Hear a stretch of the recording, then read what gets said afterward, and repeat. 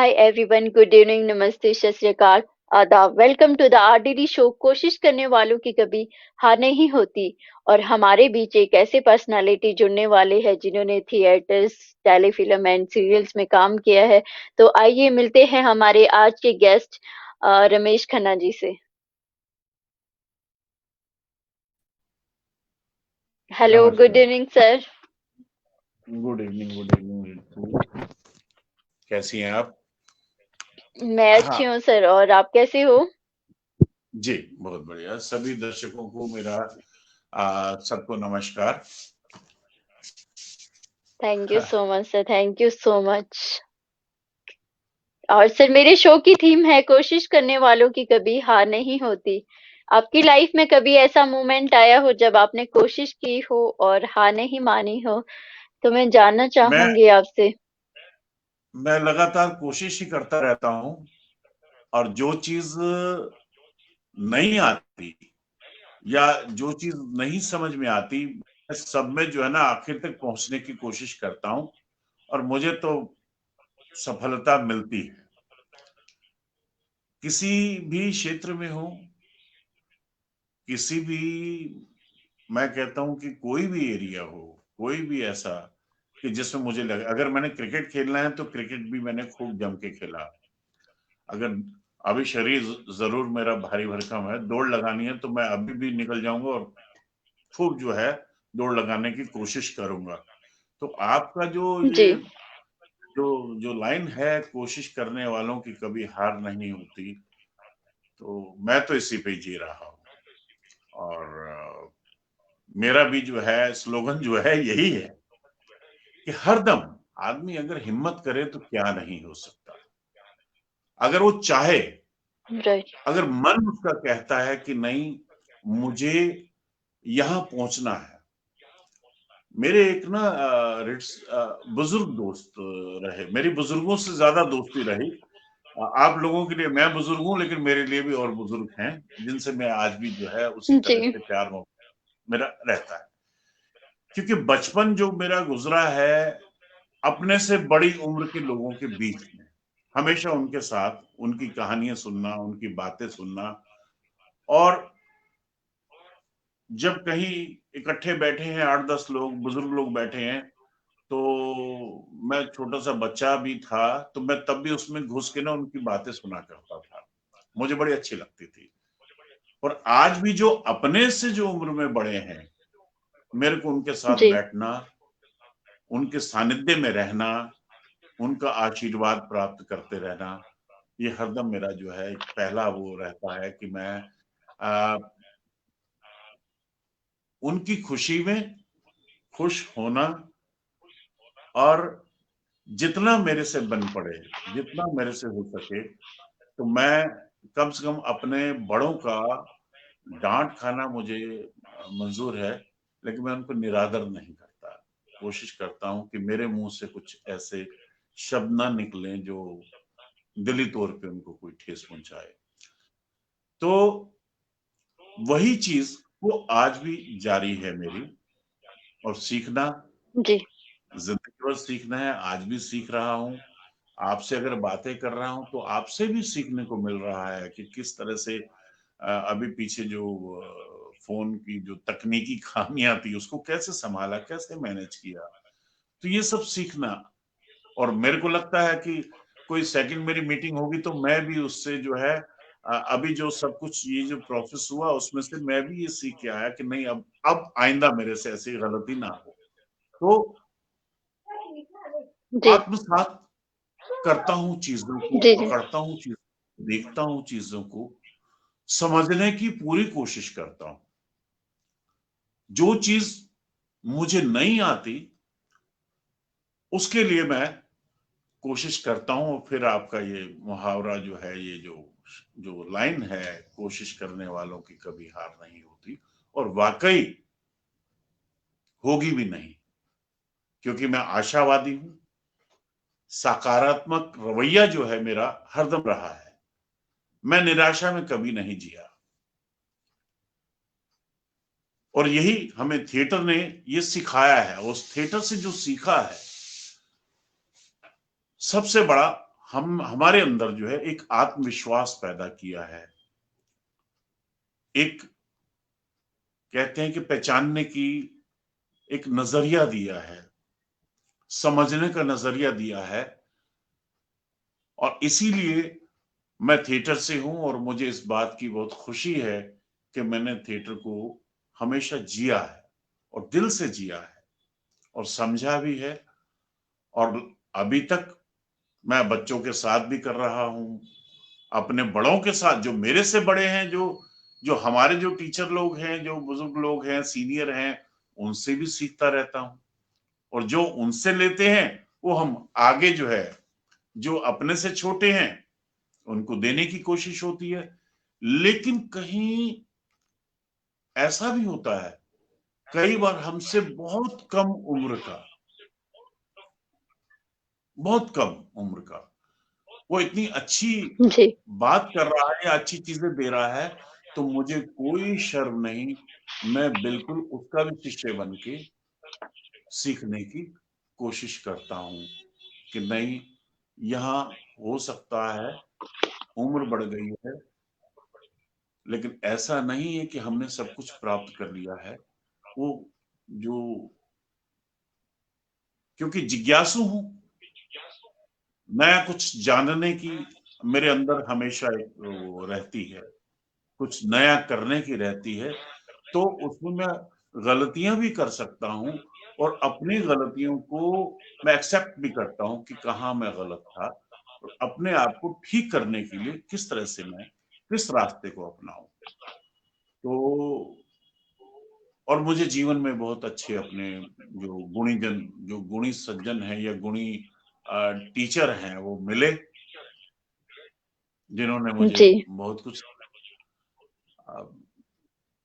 Direction भी हो या एक्टिंग हो या स्क्रिप्टिंग हो, हर विधा में जो है मैं अपनी कोशिश करता हूँ और मेरी कोशिश चलती है। ग्रेट सर, ग्रेट सर, बहुत ही अच्छा कहा आपने। और हमारे साथ कर्तव्य मौर्य जुड़े हैं, जो कि बहुत ही अच्छा सिंगर है। एंड छोटा सा बच्चा है, अमोल कुमार चौधरी जी जुड़े हैं, थैंक यू सो मच। और बहुत ही अच्छे शायर है Saanvi Goyal, thank you so much, thank you so much everyone. और सर, आपकी जर्नी के बारे में जानना चाहेंगे हम। जी, मेरी जनवरी जनवरी कह रहा हूं, मेरी जर्नी जो है 2 साल की उम्र से शुरू हो जाती है, 2 या 2.5 साल की, जब जी, माँ की गोदी में था। और मुझे बारीकियों से वो सब कुछ याद है, कुछ भी नहीं भूला। मतलब अब अगर मैं पेंटर होता तो मैं उस, जो वो समय है, जो जो देखा है उसको जो है उतार देता।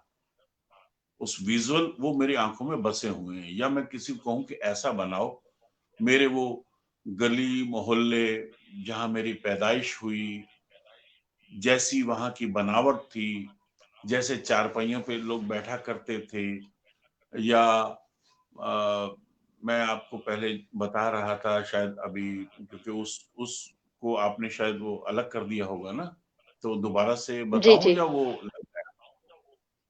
जी, जी, दोबारा आप बताऊं? दोबारा से बता सकते हो सर। जी, उसको डिलीट कर दिया ना उसको या वो, जी, अच्छा खैर, मेरी पैदाइश जो है किंग्सवे कैंप की रही। दिल्ली में एक किंग्सवे कैंप है जिसे आज मुखर्जी नगर या गुरु तेग बहादुर नगर कहते हैं। वहां दो हिस्से हैं थे, एक ओटरम लाइन, एक हडसन लाइन। ये अंग्रेज जो तब के अफसर होंगे उनके नाम पे रखे गए। जब हिंदुस्तान पाकिस्तान का विभाजन हुआ तो जब उजड़ के सब लोग आए तो वो शरणार्थी एक कैंप की तरह था। तो मेरे पापा तो उस वक्त जब विभाजन हुआ तो 7वीं क्लास में थे जब यहाँ आए। और वो भी कैंप के पास ही कहीं कच्चा दमदमा, जिसे आज शक्ति नगर कहती है, नागिया पार्क, वहां एक छोटी सी झुग्गियां जी, उगियां सब डाली थी, तो वहां रहे। तो स्कूल भी वहीं कैंप में ही पढ़ने आते थे। तो माँ मेरी भी उधर कैंप में ही, वो भी बहुत छोटी उम्र की थी और उनके भी बड़े किस्से हैं। नानी से जो किस्से सुनते थे, या ज्यादातर किस्से तो नानी से ही सुने। और वो जो किस्से हैं वो हमारे लिए वो कहानियां बन गई। वो जो उन्होंने उस वक्त जिया या कैसे कैसे हुआ, तो मेरी आदत थी मैं नानी के पास बैठ के बहुत कुछ सुनता था, कहानियां सुनता था, कथाएं सुनता था। मेरी नानी जो है झूठ मूठ वो भी कर देती थी कि सुबह ना भगवान के दर्शन होंगे या भगवान तुम्हें मिठाई दे जाएंगे, तुम ऐसे ही कथा सुनो, फिर वो सो जाओ। वो सुबह उठते थे तो नीचे जो है कुछ ना कुछ मिठाई की चीज रख देती थी, बर्फी रख देती, कुछ रखती थी, भगवान आके दे गया। मतलब इस तरह से वो हमें जो है चीजें जो है मिलती थी, और हम सोचते थे कि वाकई भगवान आए और हमें दे के चले गए। तो मेरी नानी इस तरह से हमें किस्से कहानियों से जोड़ती थी। वो कथाएं मुझे आज भी याद है, और ऐसे ही मेरे पापा किस्से कहानियां सुनाते थे। उन कहानियों को लेके मैं बच्चों के लिए आगे नाटक भी बनाता हूँ, और मैंने जितने भी अपने बच्चों के लिए नाटक तैयार किए, मैं उन किस्सों को लेके, उन्हीं चीजों को लेके उठाया। जी। तो क्योंकि जब विभाजन हुआ तो ये लोग क्योंकि वहां उस वक्त सबको जो है एक दूसरे के सुख दुख के सब साथी थे। आज कंक्रीट के जंगल में जिस तरह से हम सब लोग रहते हैं वैसा नहीं था, बड़ा खुलापन था, और ऐसे दिलों में भी खुलापन था, एक दूसरे का सहयोग भी करते थे। तो मेरी नानी बताती हैं कि जब ये पाकिस्तान से आए तो मेरी नानी अपने बच्चों को लेके अलग आई, क्योंकि मेरे जो नाना थे वो बिछड़ चुके थे, वो कहीं व्यापार करने बलूचिस्तान की तरफ गए हुए थे, उन व्यापारी वर्ग से थे वो, और मेल नहीं हो सकता था। सब मतलब भागम भाग हो गई, अपनी जान की सबको पड़ी थी। तो इनको नहीं पता था कि वो इनके पति यानी कि मेरे नाना मेरी नानी को मिलेंगे या नहीं मिलेंगे भविष्य में। और ऐसे ही मेरा मामा भी, बड़े मामा भी उनके साथ थे। वो अलग अलग कैंपों में, पंजाब में किसी कैंप में रहे होंगे, फिर हरियाणा में रहे होंगे, फरीदाबाद जाके ये रहने लगे। तो मेरी नानी बताती है मेरी मम्मी का किस्सा कि वो छोटी सी थी और हैंडपंप पे वो पानी भर रही है या खेल रही होगी, तो मेरे नाना आए। काफी समय हो गया था, मतलब वहां से जैसे पाकिस्तान से आए, इनको साल हो गया या 1.5 साल हो गया, या भगवान जाने, मुझे महीनों का भी याद नहीं है, या 8 महीने हुए होंगे। तो एक बच्चे को किसी ने गोदी में उठा लिया, तो सब इसको मारने के लिए इकट्ठे हो गए। ये फरीदाबाद की बात है। जी। तो उस बच्ची को जब गोद में उठाया एक बाबे ने तो सब उसको मारने की तरफ दौड़े, तो मेरी नानी वहां पहुंची तो अरे ये तो उसके पति हैं। तो उसने अपनी बेटी को पहचान लिया। तो ऐसे इनका आपस में जो है मिले ये लोग। उसके बाद ये फिर कैंप आ जाते हैं, किन्जे कैंप। यहाँ टेंटों में इनका रहना हुआ, क्योंकि वो वहां किचन और बैरकें हुआ करती थी। बैरकों में समझो ये अस्तबल ही कह सकते हैं, घोड़ों के अस्तबल थे, और किचन जो है एक बहुत बड़ी किचन होती है, और उसी के अंदर जो है इनके खाने वाने बनते होंगे। तो ये टेंटों में रह रहे थे, तो टेंटों को आग लग गई। तो मेरी नानी ने ही, मतलब वो बड़ा धार्मिक विचारों की भी थी और लोग उसको मानते भी थे कुछ ऐसा, तो उसी ने ही एक शुरुआत की, बैरकों के ताले तोड़े जाएं, किचन के ताले तोड़े जाएं। और ये क्योंकि टेंटों को आग लग गई थी, और ये फिर वो किचन में घुस गए थे। फिर ये वहीं रहते आ रहे थे। जब इनकी जब माँ मेरी बड़ी हुई, इधर पापा बड़े हुए, शादी हुई, तो मेरी पैदाइश भी मेरा जो, आप अगर मुझसे पूछे कि तुम्हारी जो जन्म जन्म स्थान कौन सा है, तो मैं जब स्कूल में भी लिखता था तो बड़ी हंसी भी आती थी और खुशी भी होती थी कि अरे मेरा जन्म स्थान था किचन नंबर 2। एक किचन में ना 10-12 घर होते थे, तो आधी आधी दीवारें होती थी और एक दूसरे को आवाज भी चली जाती थी। तो मैं अगर शोर डाल रहा हूं तो 8वें घर का भी कोई अंकल या आंटी वो बोल देगी कि अरे मेशू चुप हो जा, तेरी आवाज आ रही है। मैं मतलब गाना आता नहीं, लेकिन गाने की कोशिश कर रहा हूँ, गुड़िया जापान की लेमन, लव इन टोक्यो नहीं, लेमन टोक्यो, मेरा रंग दे बसंती चोला, मेरा रंग, तो बोलना नहीं आता, मेरा रंग दे बसंती चोला, इस चोले को पैन छिवा की, ऐसे करके उल्टा सीधा शब्दों का उच्चारण करके वो जोर जोर से बोला करता था। वो गोदी में उठा लेते थे मुझे, तो मैं उनको फिर गालियां भी देता था, तो बड़ा प्यार था, तो आपस में वो बहुत लगाव था लोगों का। तो मेरी जो जो एड्रेस था, मेरा जो पैदाइश का, तो kitchen number 2 Outram line Kingsway camp, तो ये था मेरे घर का एड्रेस। ओह! और ये मेरे सर्टिफिकेट या स्कूल में भी जो लिखा जाता था। वो कैंप का एक ऐसा नजारा था कि वहां टेलीविजन का जमाना तो था नहीं, लोग किसी नीम के पेड़ के नीचे बैठे हैं, या आस पास में कोई गुरुद्वारा है तो हम गुरुद्वारे में खेलने चले जाते थे। वहां उसकी जो पुलियां हैं उस पे घिसटना और छलांगे मारना। मंदिर है तो मंदिर के लॉन में है, शिवालय के पास बैठे हैं तो वहां खेल रहे हैं। गर्मी है तो पूरा पूरा दिन वही मंदिर के उसमें निकलता था, और वो हाथ वाली पंखी लेके औरतें भी वहीं बैठ जाती थी, तो चारपाइयों पे ये किस्से कहानियां इनकी चलती रहती थी। तो इनके मैं कहूं कि अपने दुखों को बांटने का, क्योंकि रिफ्यूजी थे बेचारे, उजड़ के आए थे, बड़े बुरे हालात थे, तो दुखों को काटने का साधन क्या है? कथाएं, वो गीत, वो संगीत। और किंग्सवे कैंप की जो बनावट थी वो भी ऐसी थी कि टेढ़े बड़े घर, टेढ़ी बड़ी गलियां, कोई ऐसी जा रही जैसे आपके हिमाचल में कई गांव में जाओ तो ऐसे दिखता है। तो वो था किंग्सवे कैंप, जो आज का मुखर्जी नगर, गुरु तेग बहादुर नगर है। वहां पे 200 मीटर की दूरी पे कहीं कथा वाचन हो रहा है, कथावाचक आए, वो 10 दिन की कथा चल रही है, कहीं लंगर चल रहा है, कहीं किसी को चोट लगी है तो वहां एक मजमा सा लग गया, लोग एक दूसरे की सहायता कर रहे हैं। एक बड़ा गजब का माहौल था।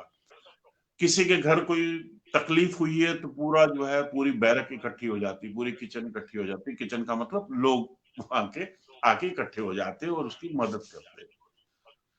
ऐसे ही वहां रामलीलाओं का एक बड़ा, हर समझो 2 किलोमीटर की दूरी पे एक रामलीला का मंच लगा होता था। ये हमारे लिए नेशनल स्कूल ऑफ ड्रामा या एक्टिंग कॉलेज या श्राम सेंटर, ये जितने भी थिएटर के इंस्टीट्यूट हैं या जो भी है, ये सब बाद की बातें हैं। तो हमारा तो स्कूल जो है, भले हमने बाद में आके सीखा, तो मेरा स्कूल तो है जी रामलीला का मंच, जिसने मेरी अभिनय की शुरुआत करवाई। वहां उस एरिया में क्या होता था कि जगह जगह रामलीलाएं हुआ करती थी, बड़े बड़े मंच लगा करते थे, और जो कलाकार थे वो पूरी कॉलोनी में पॉपुलर होते थे, बड़ा नाम हुआ करता था, और बड़े जज्बे के साथ वो काम करते थे। यानी कि मैंने वहां नाटक जो देखे हैं उस समय, कि वीर अभिमन्यु नाटक हो रहा है तो जो अभिमन्यु बना है वो बकायदा मैदान में घोड़े से स्टेज पे आ जाता था, यानी कि दूर से घोड़े पे जी, चढ़ के आ रहा है और वो स्टेज पे चढ़ जाता था, रैंप बनाया जाता था। आज ये लोग, हम लोग मतलब इमेजिन नहीं कर सकते, ये चीजें भी होती थी। और उनकी इन्वॉल्वमेंट, जो हम थिएटर क्लास में अब सीखते हैं कि आपकी इम्प्रोवाइजेशन, आपका ऑब्जर्वेशन, आपकी ये चीजें, वो तो सब मुझे रामलीला से मिली। कि मूछ उतर गई है तो मूछ हाथ में पकड़ के फिर भी अपने संवाद बोले जा रहा है। खत्म, चलो अंदर। जी, कॉस्ट्यूम में कुछ हो गया, ये कॉस्ट्यूम शब्द जो है हमने थिएटर क्लास में नहीं समझा। ये तो पहली बार वहां मेकअप से परिचय होता है, रामलीला के मंच पे कॉस्ट्यूम से परिचय होता है, एक्टिंग क्या है उससे परिचय होता है, गीत क्या है उससे परिचय होता है, विंग्स स्टेज के, जी, वो हमें वहां पे पता चलते हैं कि अरे ये विंग्स है, यहाँ से एंट्री होनी है, ये स्टेज है। तब वो हल्के छोटे छोटे वो बल्ब होते थे। इवन लोग उस समय भी वो फोकस बनाने के लिए लाइटों पे अलग अलग काम करते थे। मेरे एक बुजुर्ग जो है, एक डायरेक्टर थे, वो जमीन में जो है, स्टेज के आगे जमीन के नीचे जो है उन्होंने खड्डे 4-5 बनाए, उसके अंदर उल्टी लाइटें लगाई, एक कटोरे लगाए कि वो फोकस पड़े वहां स्टेज पे, है ना, स्पॉट बनाए। मतलब मैं तब की बात कर रहा हूं कि आज तकनीक कितनी बढ़ गई है, लेकिन उस वक्त भी इस तरह से लोग कितना काम करते थे। वो जब सीखने को जी, मिली, तो मेरी उम्र मात्र जो है 2-2.5 साल की रही होगी। स्कूल नहीं गया था मैं तब, 5वीं क्लास, तो बहुत बात की बात है। तो मम्मी हमारी गोद में ले जा रही है, भीड़ में हम बैठे हैं, हम भी रामलीला देख रहे हैं। बिल्कुल घर के बिल्कुल दरवाजे के बाहर मंच लगा हुआ था, दूर दूर भी मंच थे। तो एक सीन हम यहाँ देखते थे, एक सीन हम जाके 2 किलोमीटर है वो माँ भी, उनके पड़ोसने भी, वो भी ले जाती थी। दूसरा असर पड़ा मुझे, जो शादी ब्याहों में गीत होते हैं जिसको हम पंजाबी में गोण कहते हैं, गोण बिठाए हैं, तो जिसमें महिलाएं जो है जी। अ, अपनी मस्ती क्या करती गाती हैं, तो मैं उनमें बैठ जाता था, तो मैं भी वहां खूब इंजॉय करता था। वो गोण जो है वो आज भी दिमाग में है। तो ये चलते थे। तो मेरी माँ शबद कीर्तन भी करती थी हारमोनियम पे, ज्यादा पढ़ी लिखी नहीं थी, सिर्फ गुरमुखी जानती थी, और हारमोनियम पे ही वो अपने आप ही गुरुद्वारे जाके फिर शबद भी करना और ये सब करना, गौण भी करने। और अ, पापा का जो है, मेरे पापा जो है एक संत की तरह है, मैं आज भी उन्हें संत की तरह ही मानता हूँ। नहीं है, उनका आशीर्वाद हमारे ऊपर है। मेरे पापा की आवाज बड़ी जबरदस्त थी, और तो वो जब सुबह 4 बजे उठ के 2013 में उनकी मृत्यु हुई, तो उससे पहले तक मतलब वो सुबह उठ के जो है कबीर के दोहे, फरीद के दोहे, ये जब हमारे चारों तरफ ये चीजें पड़ती हैं, तो वो आपको कहीं ना कहीं वो धीरे धीरे, आपको नहीं पता, वो कहीं ना कहीं आपको अभिनय के क्षेत्र की तरफ धकेल रही है, ले जा रही है। जी। ऐसे ही वो जो रामलीला का जो मंच लगा, और मेरे पड़ोसियों के घर में मेकअप हो रहा है, जो बड़े आर्टिस्ट हैं, बड़ी एज के हैं, वो वहां कर रहे हैं। तो जो मेरे पड़ोसी के बच्चे हैं जो मेरी उम्र का है, तो वो मूछे लगा के, वो भी मंत्री बंदर बना हुआ है, या क्या कहते हैं, भीड़ में खड़े हैं।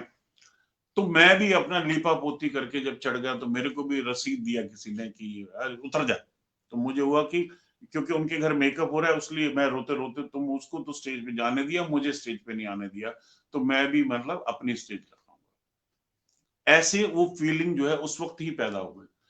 कुछ टाइम बाद फिर मैंने भी एक थाली उठाई, थाली में धूप अगरबत्ती जलाई, और जो है टीबी हॉस्पिटल था हमारे किंग्सलैंड में, आज भी है, तो ओटरम लाइन में, और वहां थाली लेके एक बच्चे दो बच्चों को और लिया, और पैसे इकट्ठे करने चले गए कि हम भी रामलीला करेंगे।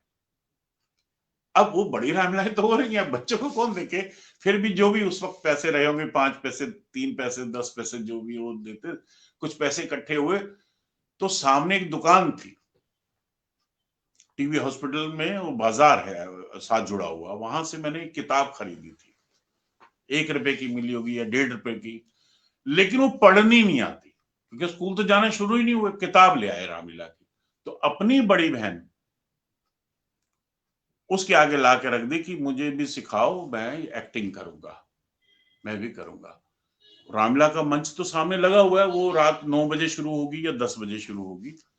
हम 4 बजे अपनी चारपाई उठा के उसी रामलीला के मंच के सामने, मेरे घर के सामने वो भी लगा हुआ मंच, चारपाई लगा के, और ऐसे कुछ चादर बांध दी, साड़ी बांध दी। अब मेरी बहन मेरा मेकअप कर रही है, लाल पीला कर दिया, उसकी सहेलियां भी आ गई, वो भी मुझे सजा रही हैं। मैं खुद ही जो है दशरथ हूँ, खुद ही श्रवण हूँ, खुद ही राम हूँ, खुद ही रावण हूँ, एक दो लड़के और वो किताब में वो समझ नहीं आनी, कुछ बोलना है, रोज एक ही सीन कर दें।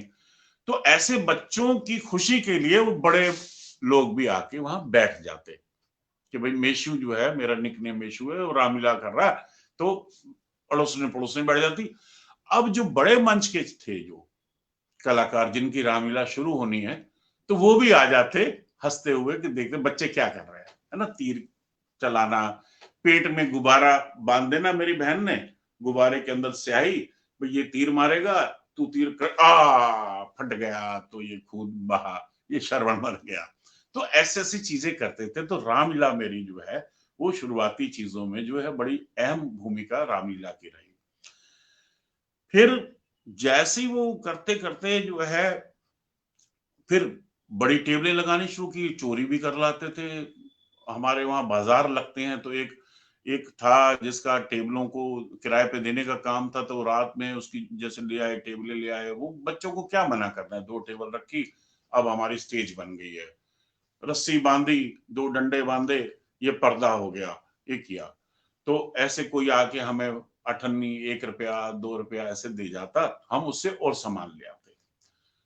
फिर धीरे धीरे धीरे धीरे जब स्कूल का टाइम आया तो स्कूल में भी जो है मेरा मन किया कि ये मैं अब रामलीला के बड़े मंच की तरफ जाने लगा वहां।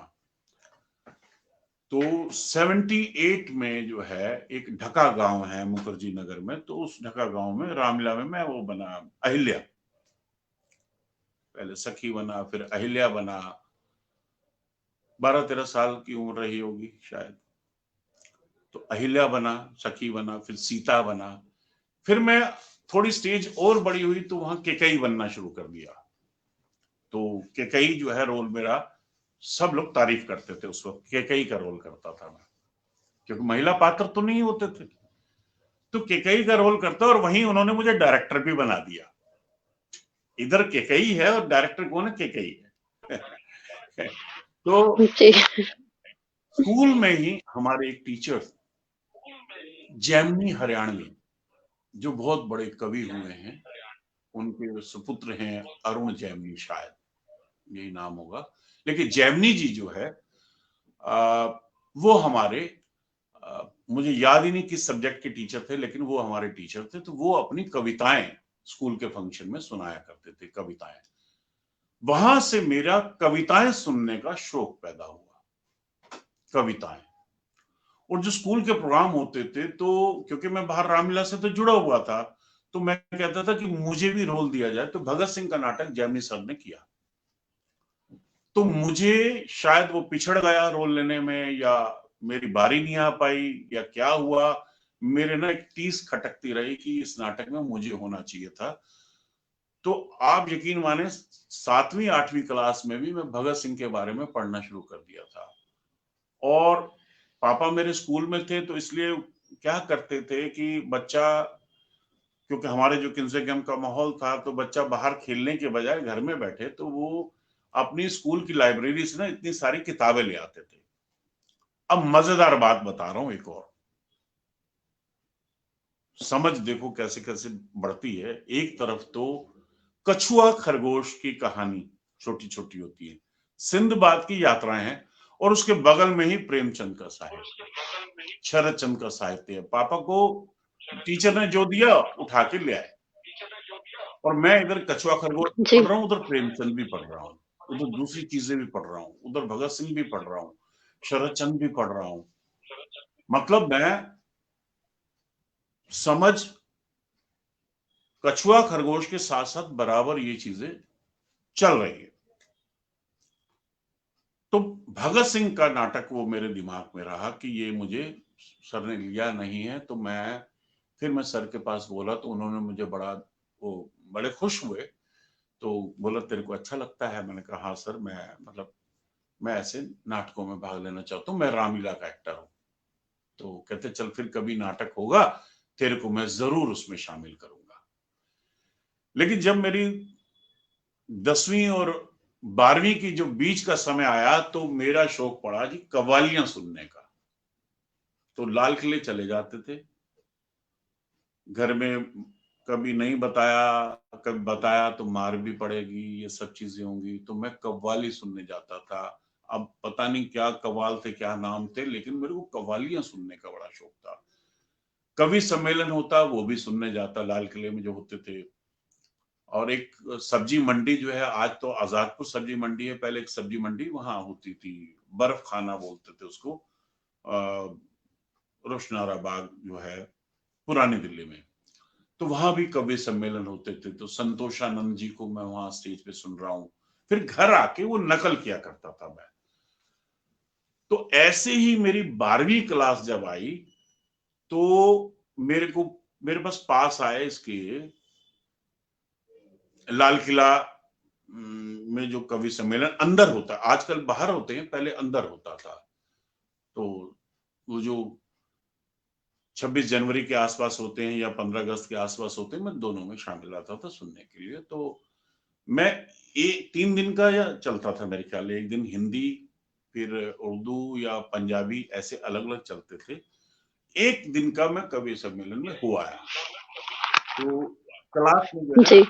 बैठा हूँ तो ऊँघ रहा हूँ, तो टीचर ने मुझे बुला लिया कि तेरी आंखें सूजी हुई हैं, तू बता रात को कहाँ था? तो घर पे हम बोल देते थे कि अपने दोस्त के यहाँ ठहरे हुए हैं, रुका हूँ वहाँ, सुबह आऊँगा या कल आऊँगा। नहीं तो तेरे घर बताएँगे कि तू कोई गलत काम करता है या कुछ ऐसे कुछ संगत में तो नहीं पड़ गया? तो मैंने कह रहे बता, मैं 15-20 मिनट तक तो कुछ नहीं बोल पाया। वहाँ मैं शर्मीला हूँ, मतलब सुनने में तो मेरे को बड़ा अच्छा, आज बोलने में भी थोड़ा बड़ा वो लग रहा है, लेकिन ठीक है, भाव आ रहे हैं तो बोले जा रहा हूँ।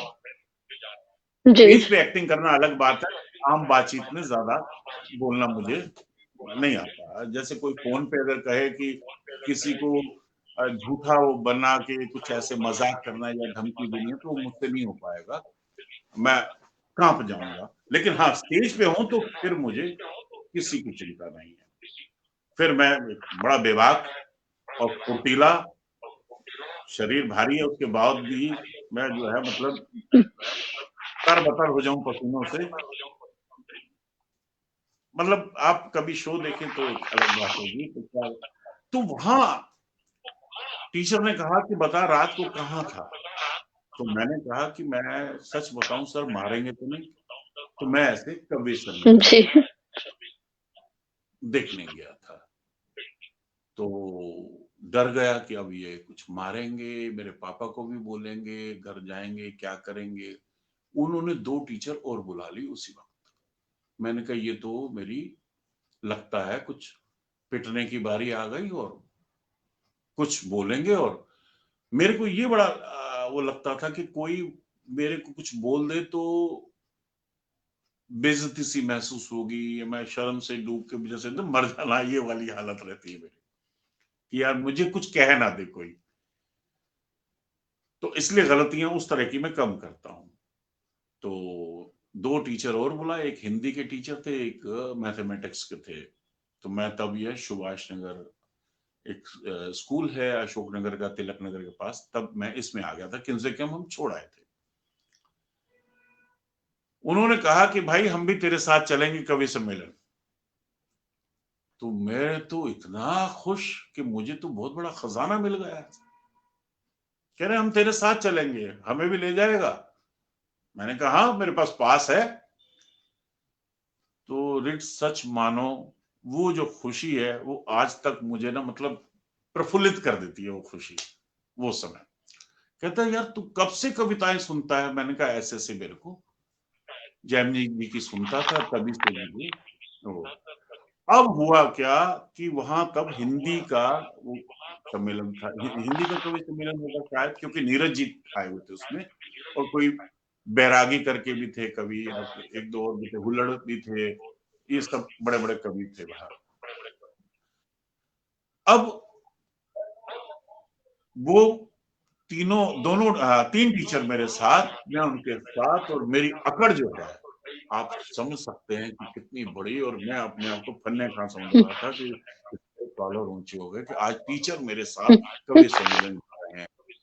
तो वहां लाल किले के सामने उन्होंने मुझे लाजपत राय मार्केट में चाय का गिलास सामने अपने हाथ से पी, और चाय जी। पी, उसके बाद हम जब आगे आगे बैठे, निकल के कैसे कैसे आगे बैठे, जब नीरज जी बोलने शुरू हुए तो मैं एक लाइन उनकी अगली बता दूं, फिर उससे अगली बता दूं।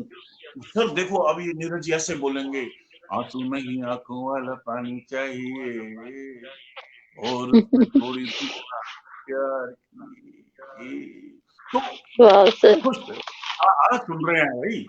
तो मेरा अंदर जो खुशी थी वो फूट रही थी, जैसे उबल रही थी। तो जी खैर सुबह हुई, सुबह उन्होंने मुझे चाय पिलाई और बोले आज तेरी स्कूल की छुट्टी है, तो आज मत आना, रेस्ट कर। वो दिन मेरे लिए एक बड़ा मजेदार था।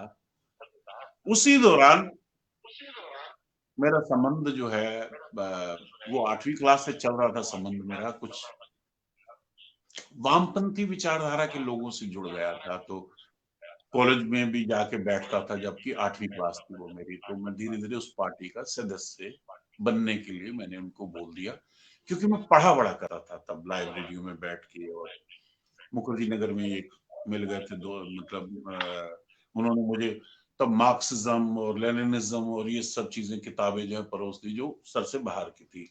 गोरकी की माँ और ये सब चीजें सामने रख दी, तो मैं पढ़ने की कोशिश करता और समझने की कोशिश करता।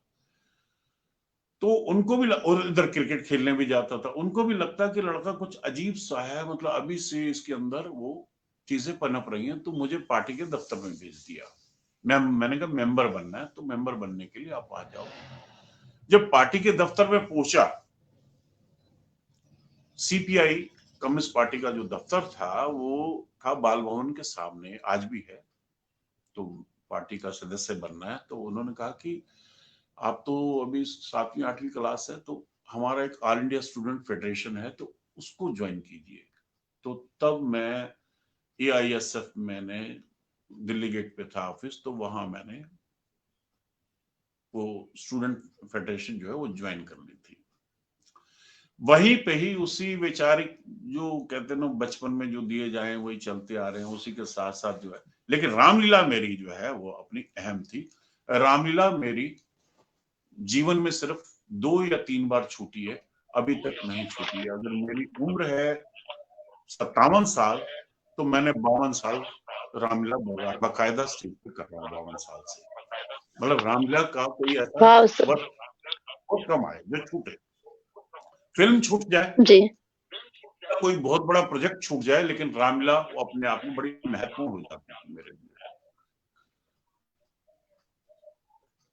क्योंकि 12वीं क्लास में वहां स्टेज का डायरेक्टर बन गया, फिर वो बड़े मंच पे चला गया, बहुत बड़े मंचों पे चला गया, फिर दिल्ली के अलग अलग मंचों पे डायरेक्ट करने लगा।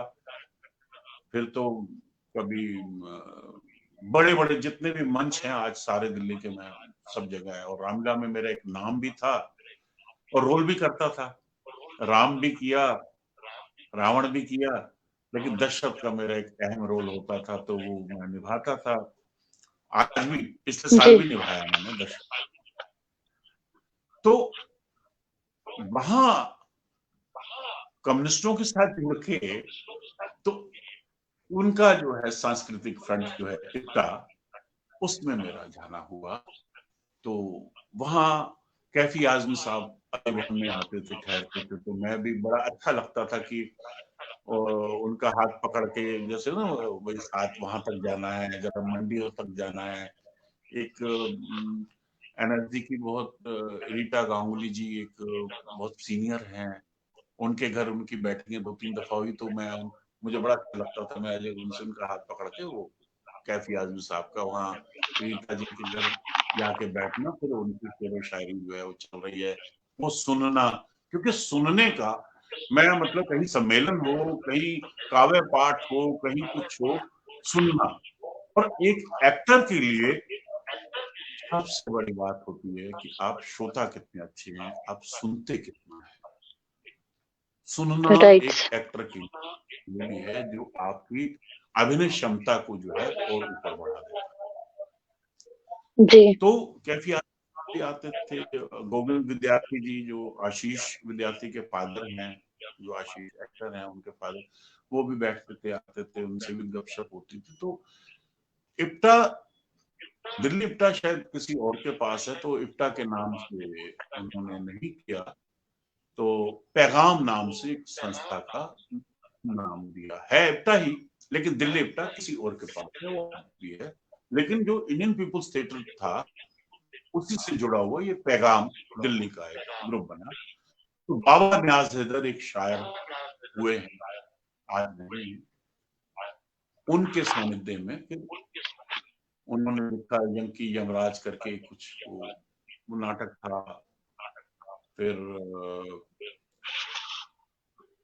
सफदर हाशमी जी के लिखे हुए कुछ 2-4 नाटक थे, वो भी थे। ऐसे ऐसे नुक्कड़ नाटक। अब क्या माने, मुझे खुद भी मैं डायरेक्ट करने लगा, एक्ट भी करता, डायरेक्ट भी करता, तो नुक्कड़ों की मेरी वो इधर स्टूडेंट फेडरेशन में वो भी चलता रहा, वहां भाषण देने की वो कला भी रही, ये सब कुछ रहा। लेकिन फाइनली जाके एक समय ऐसा आया कि मुझे लगा कि भैया राजनीति को राम राम, मेरा जी। तो अभिनय ही बढ़िया है। तो लेकिन वहां भी मेरे 30 साल चले गए।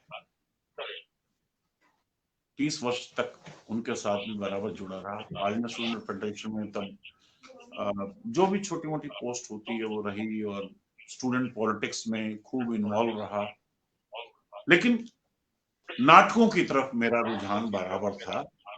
तब कॉलेज से फिर मैंने जो है, मेरा दयाल सिंह कॉलेज था, तो 85 में हमारे एक डॉक्टर विनय और एक नरेंद्र मोहन जी जो राइटर हैं, आज भी हैं बहुत अच्छे, उनका लिखा हुआ नाटक सींगधारी जो है 1985 में किया, कॉलेज से शायद। जी। कॉलेज में हमारी एक टीम थी, तो डॉक्टर विनय थे, एक लड़का और था, तो उन्होंने डायरेक्ट किया। तो पहला नुक्कड़ तो मेरे शुरू हो गए 12वीं क्लास से, रामलीला हो गई मेरी बचपन से। अब आ गया मेरा पहला प्रोफेशनल थिएटर, फर्स्ट टाइम एक ऑडिटोरियम में हम देखा। जब श्रीराम सेंटर के आगे से निकलते थे तो बड़े बड़े राइटर, बड़े बड़े एक्टर, डायरेक्टर बैठे होते थे, तो हम थोड़े शर्मीले से थे। झेप होती थी कि मतलब शर्म सी आ जाती थी, साइड काट के निकल जाते थे, सामने नहीं जाते थे। वहां भीष्म सानी जी बैठे हैं, या विष्णु प्रभाकर जी बैठे हैं, या और हमसे जो बड़े बड़े सीनियर हैं, जो आज डायरेक्टर हैं, बैठे होते, तो सामने नहीं कर पाते थे, तो निकल जाते थे। तब मैं फिर जुड़ गया अमिताभ दास गुप्ता जी के एक ब्रेक इन मिरर नाम की रेपेट्री थी। तो ब्रेक इन मिरर रेपेट्री में जो है, जैसे स्टाफ आर्टिस्ट, तो मुझे उस वक्त वो 1985 के बाद से लेके 1988-89 तक मैं उनके साथ, दादा के साथ उनके रेपेट्री में रहा, और 700 रुपया तब मुझे मिला करता था वहां। तो वहां हमारे जी। एक श्याम भाई, हमसे सीनियर, श्याम सुंदर नाम है उनका, फेसबुक पे ही है। तो वो हमारे सीनियर थे, और बहुत हमारा उत्साह बढ़ाते थे, भाई घबराना नहीं, ऐसे करना है, ऐसे करना है, बहुत हेल्प करते थे श्याम भाई। तो वो दादा के ग्रुप में सीनियर थे।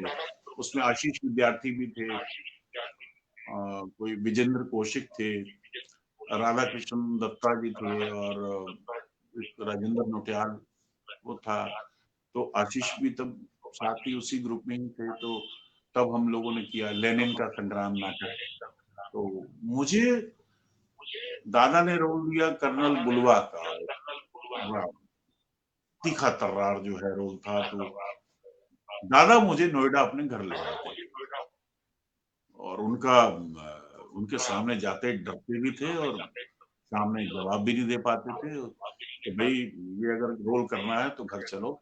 तो घर जाके बर्तन भी उनके मांजना, खाना भी पकाना, ये सब चीजें होती थी। और आधी रात तक वो मुझे अपने घर की टेबल, जो उनके अंदर की ड्राइंग रूम में टेबल पड़ी है, तो वहां खड़ा कर देते थे, डायलॉग बोल। तो 3-3, 4-4 बजे तक वो बैठ के जो है संवाद करवाते। तो सिखाने जी। का उनका हम जो सीखना चाहते हैं, हमारे अंदर भी वो पेशेंस, दोनों चीजें बराबर है। अगर कोई देने वाला दिल से कर रहा है, तो लेने वाले को भी बिल्कुल उनके साथ बैठाना पड़ेगा, तभी आप ले पाएंगे। तो दादा के ग्रुप राइट। में जो है कुछ सीखने को मिला। दादा ने मुझे बड़ा एक अपनापन भी दिखाया सब, और फिर कहते थे अब बर्तन मांज, चल चाय बना, कभी वो भी कर देते थे। तो जी। उस ग्रुप में नूर जहीर हमारे सीनियर थी, वो भी। और बस ऐसे चलता रहा। और फिर मैंने 87 में एक्टिंग कोर्स ज्वाइन किया श्रीराम सेंटर का। जी। एक्टिंग कोर्स 87 से 88 तक रहा। तो एक्टिंग कोर्स के भी बड़े अच्छे किस्से रहे। 2 नाटक हुए, पंचानन पाठक जी ने किया, और एक वो डायरेक्टर थे, अभी नाम याद नहीं आ रहा। तो जी। Sorry guys, singer Vasudev, Sanjay sir, thank you so much Sanjay sir, thank you so much Brijesh Sinha, सोनियाक्स ma'am, thank you so much, Sakshan Tiwari, thank you so much, Namita ma'am, thank you so much, Raina Rahul, thank you so much. Hello, आ रहा है ना? जी जी sir, आपकी video नहीं आवाज आ आ रही रही है मेरी? लेकिन आपकी, हाँ, यस यस आवाज आ रही। जी। फोटो नहीं आ रही? No sir. हम्म, मैं वापस जाके फिर दोबारा उसी लिंक को करूं? Yes yes. मतलब आपका वाईफाई से चलता है। उनके ऊपर चले जाते जो वाईफाई चल रहा है, वहां क्यों नहीं लाएंगे? उनका भी ऐसा ही है कोई खास।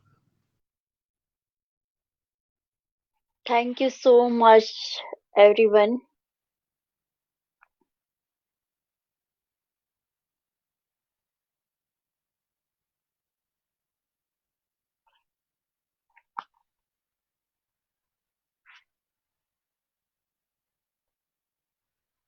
हर बरस रावण को जलाना याद रहा, श्री राम के गुणों को अपनाना है।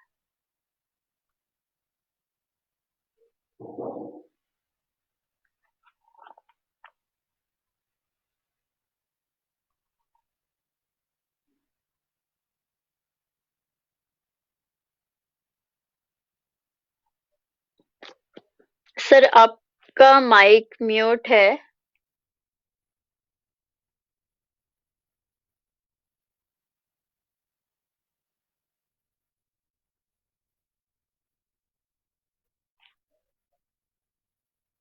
हेलो।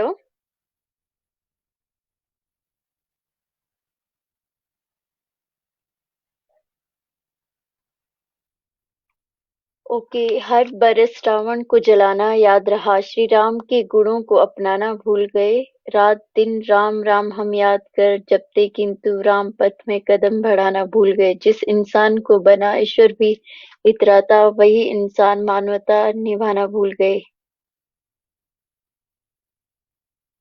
हाँ, काम क्रोध मद लोभ सभी अपनाए, मगर हृदय में अपना अनुराग तो दिख रहा जगाना है। भूल गए। ये रिट्स आई आवाज क्या? जी सर, आपकी, यस आपकी वॉइस आ रही है सर, लेकिन आपकी वीडियो नहीं आ रही है। आई थिंक नेटवर्क इश्यू है सर आपके। यस। अब आ, नहीं आ रही। जी जी सर। जी जी सर, अब आ रही है, आपकी वीडियो भी आ रही है एंड वॉइस भी आ रही है।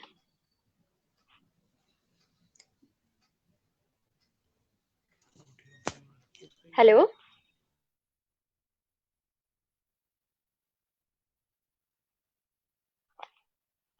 Thank you so much Sanjay sir, thank you so much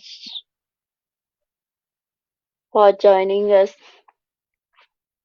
thank you so much Brijesh Sinha ji, आपने बहुत ही अच्छी जो राम पर, श्री राम पर गजल लिखी है। थैंक यू सो मच, बहुत ही अच्छी है। And thank you so much everyone जो भी हमारे साथ जुड़े हैं।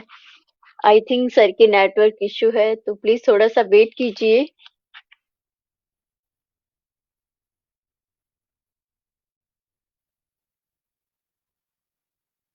मिलान Malhotra ji, thank you so much. Yuvraj sir, thank you so much. Arij Ali Khan ji, thank you so much. Kartavya Maurya, thank you so much Kartavya. Sunila Sanjeev Sharma, thank you so much. Sunil Sharma, thank you so much. Amol Kumar Chaudhary ji, thank you so much, thank you so much everyone. Thank you so much, thank you so much Kartavya. Sanjay sir कैसे हो आप?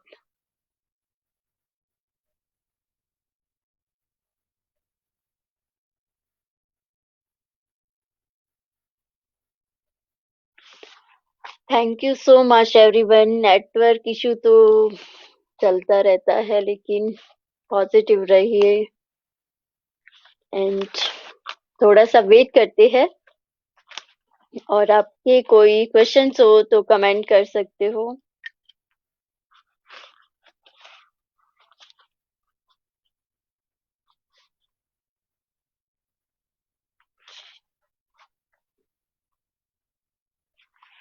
Thank you so much, Lakshminand भैया. Thank you so much for joining us. Thank you so much. I think sir की network issue चल रहा है.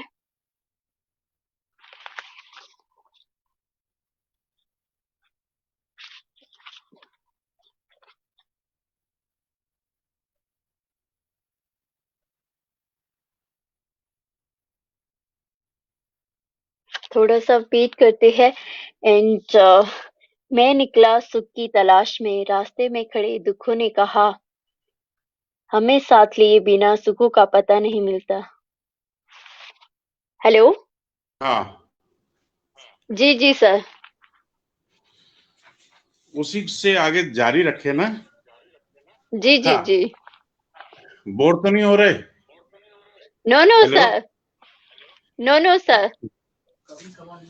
तो फिर इस तरह से रहा कि जब जी अमिताभ दास गुप्ता जी के नाटकों से करते करते फिर हम Shri Ram centre acting course join किया, और जी उसके बाद वहां क्या हुआ स्थिति मेरी कि मुझे लगा कि मैं ना कोई चीज पूरी नहीं कर पाता था, तो इसको कैसे पूरा करूं. हुआ ये जी कि जब आखिरी दिन सर्टिफिकेट देना था, राजेंद्र नाथ जी ने, जो डायरेक्टर थे वहां जी के, तो बोले खन्ना जी जी यहाँ बुलाया जाए उसको. खन्ना जी नहीं, मतलब रमेश कुमार को बुलाया जाए. तो जी मैंने क्या किया, मैं नुक्कड़ नाटक करने चला गया कहीं, या किसी काम से दिल्ली से बाहर चला गया था. तो जी जब वापस आया तो रजिस्टर पे मैंने अपनी 10-12 जो है, जो एब्सेंट थी, उसको प्रेजेंट लगा दिया. तो चोरी तो पकड़ी जाती है, वैसे कभी कोई चोरी जी इस तरह से की नहीं थी. तो जब आखिरी जी दिन जी सर्टिफिकेट देने का वक्त आया तो उन्होंने कहा कि भाई पहले ये बताओ, मैं तुम्हें माफ कर दूंगा, सच्चाई जानना चाहता हूं कि ऐसा क्यों किया. तो मैंने कहा सर ऐसे कई चीजें मेरे से रह जाती हैं, तो मैं चाहता हूं कि ये जो आपके यहाँ एक्टिंग कोर्स किया है, तो ऐसा दुख लगेगा कि अगर ये सर्टिफिकेट मेरे हाथ में नहीं आया. तो कहाँ था मैं सर, गया तो मैं नुक्कड़ नाटक करना ही था दिल्ली से बाहर. तो चलो, नाटक ही कर रहा था. हंसने लगे, फिर उन्होंने सर्टिफिकेट मेरे हाथ में दिया, तो बड़ी खुशी हुई. फिर मैंने श्री जी राम सेंटर ज्वाइन किया रेपेट्री में. तो वहां तो खैर एक से एक महान डायरेक्टर आए, बंसी कौल जी से लेके रंजीत कपूर, हमारे संजय उपाध्याय सर हैं भाई, जी और हबीब तनवीर साहब के साथ जो है, उनके सानिध्य में, साथ कहना थोड़ा गलती होगी, उनसे सीखा एक एक चीज के ऊपर. वहाँ हमारे जो सीनियर थे, उन लोगों का भी बड़ा सहयोग रहा. विभांशु वैभव हैं, वो सीनियर थे. राजेश तिवारी था दोस्त मेरा, और ऐसे बहुत सारी अच्छी टीम थी. लोग एक दूसरे की सपोर्ट करते थे. तो विजय शुक्ला जी एक बहुत अच्छे एक्टर रहे श्री राम सेंटर के, आज मुंबई में हैं. और आदित्य श्रीवास्तव साथ थे, जो सीआईडी में, करेक्टर का नाम याद नहीं आ रहा, सीआईडी में रहते हैं वो. तो जी उन सबकी परफॉर्मेंस देख के भी हमें सीखने को मिलता था, अच्छी लगती थी, साथी थे. तो टूर भी हमारे अच्छे लंबे लंबे हुआ करते थे, 1.5 महीने के. मध्य प्रदेश घूम रहे हैं तो वहां घूम रहे हैं, बंगाल गए, कभी कहाँ गए. तो वो जो थिएटर का था जो है, वो कभी रुका नहीं, वो सिलसिला है, वो चलता रहा. जी जी जी वहां से फिर उसी दौरान जो है, ये जैसे, यानी कि Shri Ram centre acting repertory join करने से पहले मैंने टेलीफिल्म की अपनी पहली. जी एक जोगिंदर पाल जी हैं, उर्दू राइटर, उनकी कहानी थी अंतिम पाठ, जो पंजाब में जो एक समस्या चल रही थी आतंकवाद की, तो उसके ऊपर वो फिल्म बनी. तो उसमें 2 ही कैरेक्टर जो है मुख्य थे. 1 घंटे की पूरी फिल्म चलती है और जीप पे चल रही है, और मुझे तो स्कूटर भी चलाना नहीं आता था. तब जी डायरेक्टर हमारे थे असद हुसैन शाह, तो उन्होंने मुझे अपनी गाड़ी दी, साथ बैठे और नोएडा की खुली सड़कों पे घुमाते थे. तब इतना बसावट नहीं थी, कि चाहे तुम टक्कर मार दे, चोट कर दे, जो मर्जी है तो चला, डर नहीं, क्योंकि रोल तुझे करना है, मैं जी दूसरे को देने वाला नहीं हूँ। तो जीप पे वो कैमरा वगैरह फिट करके वो फिर चलते थे। नमस्कार सर, युवराज सर हमारे हम्म, बहुत सीनियर, ये तो हमारे साहित्य कला अभी वहां तक भी आएंगे। तो जी जी तो उस वक्त अंतिम पार्ट फिल्म की तो बड़ा अच्छा लगा। पहली बार फिल्म की थी, पहली बार कैमरे के सामने आए थे। कुछ दूरदर्शन के लाइव शो होते थे तो एक दो वो भी किए, फिर रेडियो भी किया। तो ऐसे चीजें चलती रही लगातार। और थोड़ा सा पीछे चले तो, क्योंकि डायरेक्शन मैं देता आ रहा था रामलीला में स्कूल के बच्चों को, यानी कि मैंने 89 से जो है वर्कशॉप, एक हमारे साथी हैं अजय मनचंदा जी, उनके साथ जो है जाके स्कूल में जो है वर्कशॉप शुरू कर दी थी साहित्य कला परिषद की। और फिर मैं बाहर जी लगातार जो है वर्कशॉप बच्चों की लेता रहा और अपने लिए सीखता रहा। फिर नेशनल स्कूल ऑफ ड्रामा की जो है, क्योंकि हम कोर्स तो कर नहीं पाए थे, नाटकों से जुड़े हुए थे, तो 40-40 दिन की वर्कशॉप हुआ करती थी। एक बार बैरी जॉन सर ने क्लास ली, और फिर आलोक चैटर्जी हैं, बहुत सीनियर हैं, बहुत गुणी हैं, बहुत ज्ञानी हैं, और उनके साथ जो है बहुत कुछ सीखने को मिला। तो ये 40-40 दिन की 92 और 94 में दो बैच में अलग अलग वो नेशनल स्कूल ऑफ ड्रामा से भी जो बहुत कुछ मिला। जब श्री राम सेंटर छोड़ा तो फिर मैंने अपने दूरदर्शन के लिए एक टेलीफिल्म बनाई। जी प्रोड्यूसर के तौर पे मेरे एक बुजुर्ग दोस्त थे, तो उनकी लिखी हुई कहानी थी, तो फिल्म अच्छी बनी, दूरदर्शन पे चली भी। जी और उसके बाद करीब 6-7 टेलीफिल्में और थी जो हमने दूरदर्शन में डाली थी, लेकिन वो थोड़ा लाइजनिंग का जमाना होता है तो उसमें थोड़ा हम पीछे रह गए। तो बाद में मेरी कुछ एक फिल्म चलने के बाद वो घूस फूस वाला मामला हो नहीं पाता, उससे ना कह पाते ना कर पाते, तो वो ब्लैक लिस्ट होके वो फिल्में मेरे घर वापस पोस्ट हो गई।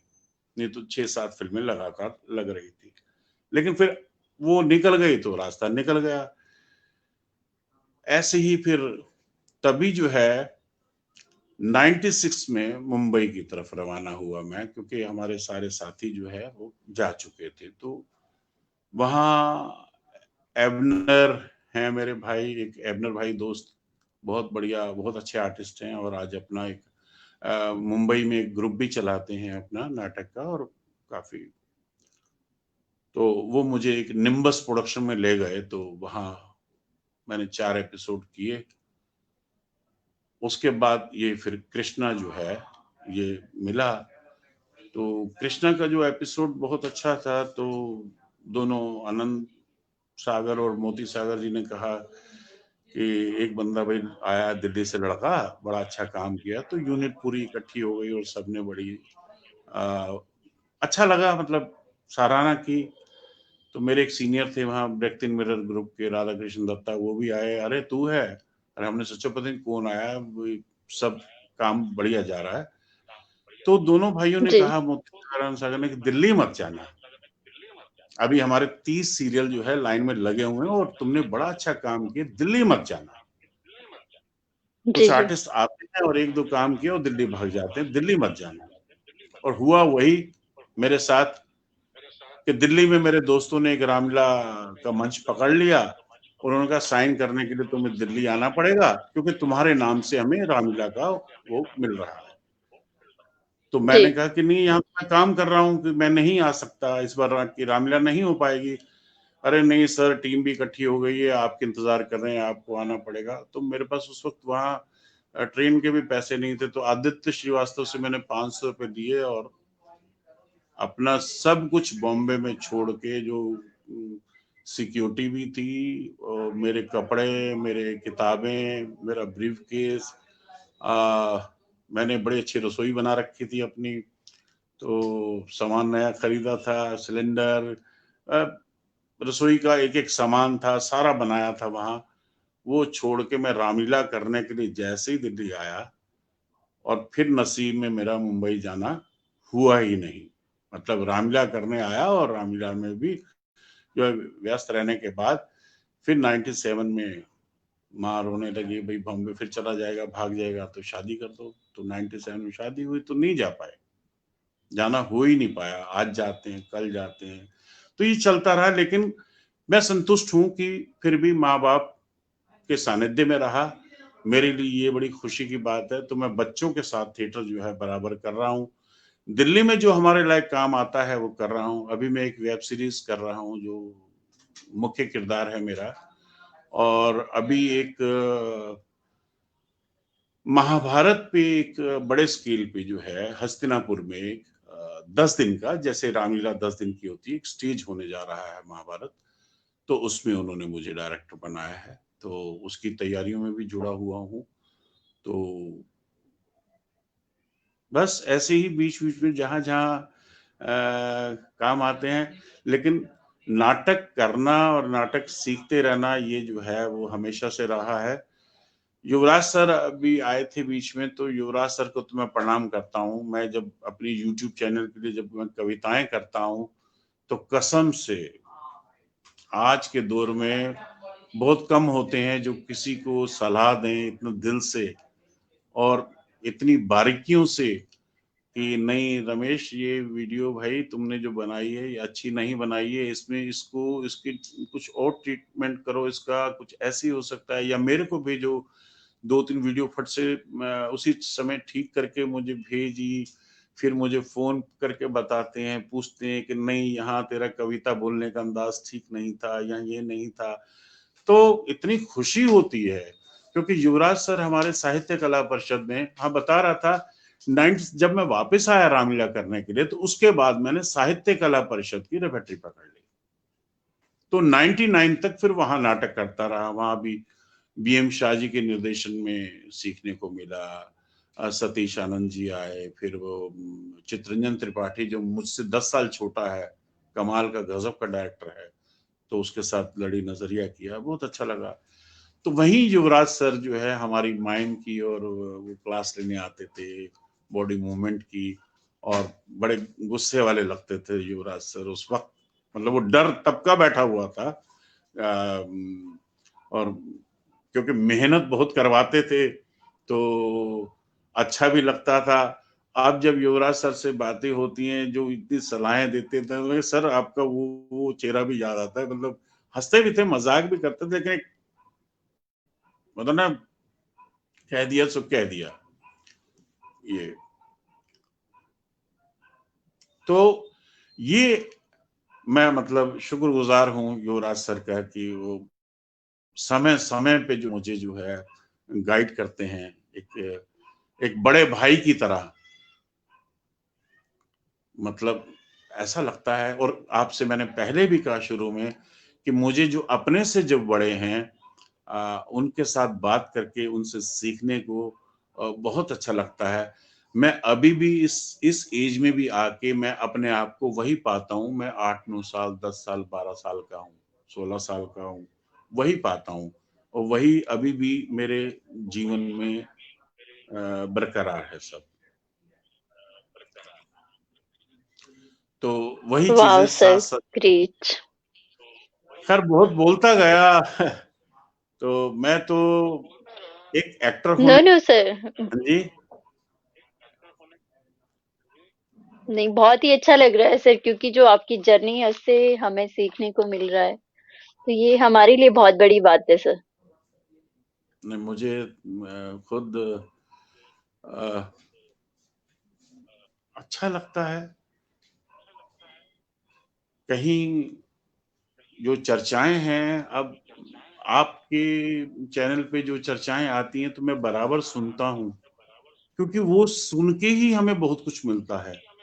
अब इन दिनों यस, राइट। युवराज की या और लोगों की, बहुत लोगों की मैंने सुनी और जी जी। उनके जीवन का जो सफर देखा कि कितना कठिन रहा, और आज वो किस मुकाम पर खड़े हैं, वो हमें आज भी सीख दे रहे हैं, एक नया अंदाज दे रहे हैं। Right sir. अ, एक समझने के लिए बहुत कुछ जो है उनके पास है, जो मतलब हम सीखें जिन उनसे, आपसे भी, राइट सर। सब छोटों से, बड़ों से, अपने बराबर वालों से, और बस ये जो है जिंदगी भर यूं ही अंतिम सांस तक। और मैं अपने आप को हमेशा विद्यार्थी मानता हूँ। पूर्णता वाह सर, कभी नहीं ग्रेट। होती, पूर्ण कभी नहीं होता। पूर्ण है तो फिर वो गया, वो मोक्ष हो गया। तो मोक्ष नहीं चाहिए, हमें सीखना और सीखते रहना है, और यही जो है जीवन है।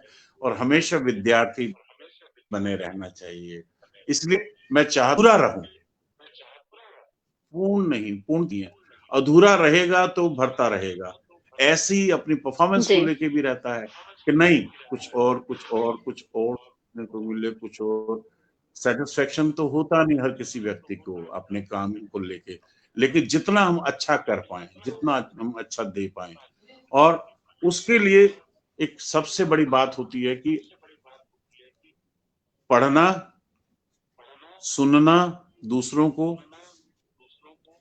और सुन के ही तो जी, रिएक्ट कर सकते हैं, वरना नहीं।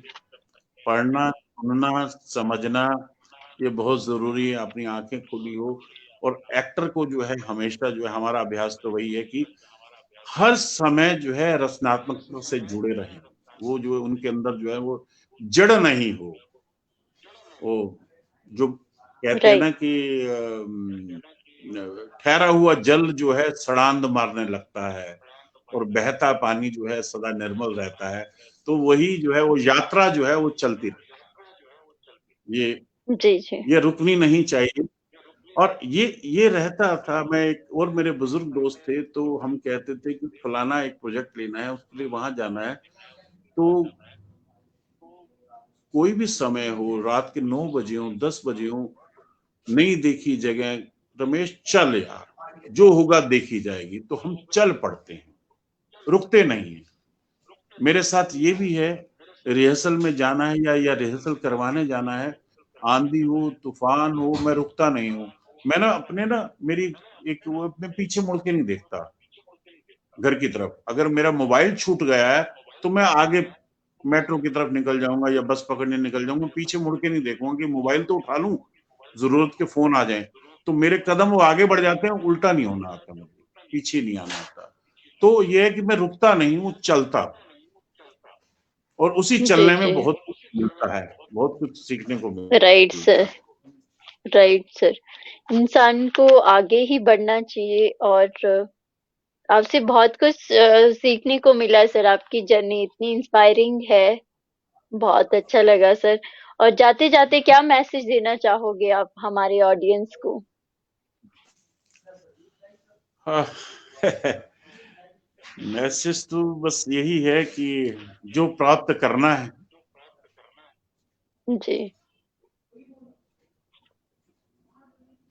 उसके पीछे बेतहाशा भागने की जरूरत नहीं है।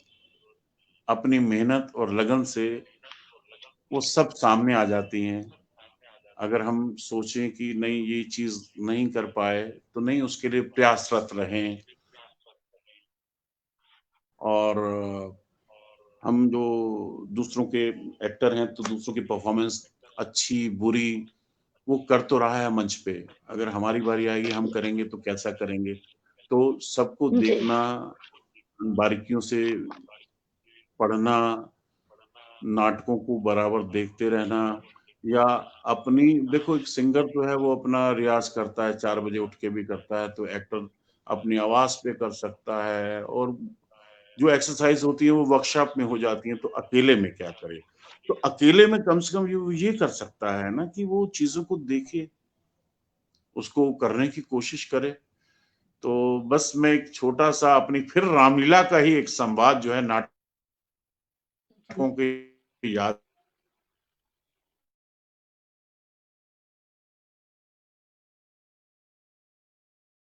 नहीं है, रोज बदले हैं करता हूँ। जीवन की उदात रात्रि बेला, मन पर बरसों तक जमी परतों का सहज प्रस्थान, एक लंबे भारी बोझ से उपजी थकान, और 3 प्रहर के बाद शेष जीवन भर के लिए कामना कमलिनी के कई से संसर की कल्पना। क्या बात है वाह सर। दशरथ वाह। सभी पदनाम सम्मान से मुक्त, कितना अच्छा लगता है। मात्र कोरा जी दशरथ उच्चारण, दशरथ और केकई और दशरथ। प्रिय प्राण वल्लभे हृदयेश्वरी, मैं यहां इतनी देर से व्यग्र तुम्हारे कक्ष में तुम्हारी प्रतीक्षा में बैठा हूं, किंतु तुम्हारी द्राक्ष दे गंध का एक झोंका भी मेरी प्राणवायु को छू नहीं पाया। कहाँ हो वाह, दशरथ दामिनी? बस ये। क्या बात है सर, क्या बात है। Salute to you sir. बहुत ही अच्छा लगा सर, आपने अपना जो कीमती टाइम हमें दिया और जो आपकी जर्नी है और इतनी प्यारी जर्नी है। और जो आपने श्री कृष्णा में रोल किया है, वो मेरी मॉम बहुत जी देखती है श्री कृष्णा, और बहुत ही अच्छा लगा उनको आपका रोल। तो मैं उन्हें कह रही थी कि सर मेरे शो में आ रही, और बहुत ही एक्साइटेड थे वो देखने के लिए। And thank you so much sir. और तो बहुत हमारे, मैं तो बहुत मानता हूँ उनको, जैसी वो चीजें करते हैं। और मैं उनकी कोशिश करता हूँ कि कोई पोस्ट जो है युवराज सर की छोड़ो नहीं। और अभी देखो ना, आजकल जो है वो स्केच बना रहे हैं, कभी वो एक्टिंग के ऊपर क्लास ले रहे होते हैं बच्चों की, कभी किस चीज के ऊपर काम कर रहे होते हैं, कभी कविताओं पे, कभी सिंगिंग पे। बहुमुखी प्रतिभा के धनी हैं सब तो हमारे। तो मुझे तो जी उनसे घर बैठे इस लॉकडाउन में तो बहुत कुछ सीखने को मिला। पहले तो मिला ही था, लेकिन अब ज्यादा मिला जी उनसे जी सीखने को। जी तो जी। सर को प्रणाम है, नमस्कार सर, युवराज सर। आपका ऐसे ही मार्गदर्शन मिलता रहे। हाँ जी रेख जी। Sir, thank you so much sir. जी जी और सर, आप सभी थैंक यू सो मच। आपको का मेरी वॉइस आ रही है? जी। जी जी sir, thank you so much sir. और जो हमारे साथ आपका भी बहुत ऑडियंस बहुत जुड़े हैं उनको भी मैं थैंक यू कहना चाहूंगी। Thank you so much everyone, आपने अपना जो कीमती टाइम मुझे दिया है, बहुत अच्छा लगा। Thank you so much sir, आपने जो अपना कीमती टाइम मुझे दिया, बहुत ही अच्छा लगा सर। थैंक यू अरे सो नहीं, मुझे मच। ये सब करते हुए भी आपसे बहुत कुछ सीखने को मिल रहा है कि कैसे संभाल रही हैं, कैसे बात कर रही हैं, कितना अच्छा लगता है। और आप रोज एक नया, मतलब अच्छे अच्छे महान प्रतिभाशाली लोगों से आप मिलवाती हैं, उनसे बातचीत करती हैं उनके। और किसी एक एक्टर ने कहा था कि बायोग्राफी जो है हम एक्टरों को जरूर पढ़नी चाहिए। तो वो आप सामने ही ले आती हैं कि किसी के अभिनय का जो सफर है, या उनके जीवन की शुरुआत कैसी हुई, या कितनी दिक्कतों का सामना करना पड़ा, या क्या उन्होंने दिया, क्या लिया, वो सारी चीजें जब इस मंच से हमें मिलती हैं तो वही तो हमें सिखाती हैं। ये तो हमारी एक, ये भी अपने आप में एक थिएटर की वर्कशॉप ही तो है, नहीं? जी सर। जी। Thank you thank you. So much. Thank you so thank much sir, good night. You. Yes. Thank you so much everyone. और कल हमारे साथ जुड़ने वाले हैं Bollywood director, actor and writer Anjay Kumar ji. तो इसी तरह देखते रहिए द आरडीडी शो। कोशिश करने वालों की कभी हार नहीं होती। गुड नाइट, शुभ रात्रि।